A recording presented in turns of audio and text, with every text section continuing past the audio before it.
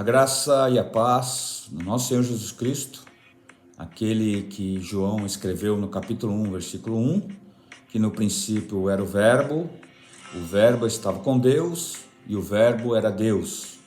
E o Verbo se fez carne e habitou entre nós. O mesmo que Isaías escreveu no capítulo 9, versículo 6, dizendo: "O menino nos nasceu, um filho se nos deu, e o governo está sobre os seus ombros. Seu nome será maravilhoso, Conselheiro, Deus forte, Pai da eternidade e Príncipe da paz." Aquele que Miqueias escreveu no capítulo 5, versículo 2: "E tu, Belém Efrata, pequena demais, para abrigar aquele que há de salvar a humanidade."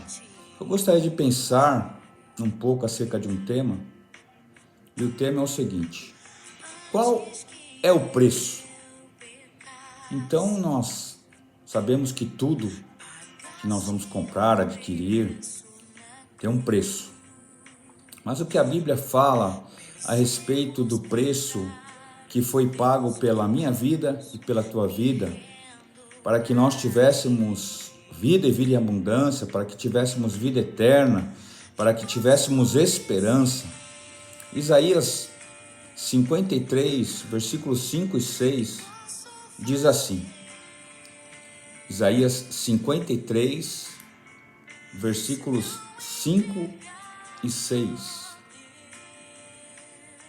Diz assim a palavra de Deus: "Mas ele foi ferido por causa das nossas transgressões e moído por causa das nossas iniquidades. O castigo que nos traz a paz estava sobre ele, e pelas suas pisaduras fomos sarados." Versículo 6. "Todos nós andávamos desgarrados como ovelhas, cada um se desviava pelo seu caminho, mas o Senhor fez cair sobre ele a iniquidade de todos." Versículo 7. "Ele foi oprimido e afligido, mas não abriu a sua boca. Como um cordeiro foi levado ao matadouro, e como a ovelha muda perante os seus tosqueadores, assim ele não abriu a sua boca." Isaías 700 e alguns anos antes do Senhor Jesus vir a essa terra, profetizou acerca da sua morte, do seu nascimento. Então a Bíblia é maravilhosa porque ela se interpreta pela própria Bíblia. Louvado seja Deus por isso. E quando Jesus foi preparado para nós? Muitos podem achar que Deus foi pego de surpresa com a desobediência de Adão e Eva, mesmo que eles foram criados à imagem e à semelhança de Deus, resolveram por sua livre e espontânea vontade desobedecer a Deus, por causa de uma mentira contada pelo diabo, pelo Satanás. Então eles comeram da árvore, do fruto do conhecimento do bem e do mal, e a morte, a partir daquele momento, entrou em toda a raça humana. A raça foi contaminada, o pecado entrou em nós, e Cristo veio para desfazer as obras do diabo. Cristo veio para nos religar a Deus, para nos reconciliar com Deus. E olha o que Pedro escreve no capítulo 1, primeira carta de Pedro, capítulo 1, versículo 13. Se você tiver sua Bíblia aí, acompanha. Diz assim: "Portanto, cingindo os lombos do vosso entendimento, sede sóbrios e esperai inteiramente na graça que vos ofereceu na revelação de Jesus Cristo. Como filhos obedientes, não vos conformando com as concupiscências que antes havia em vossa ignorância.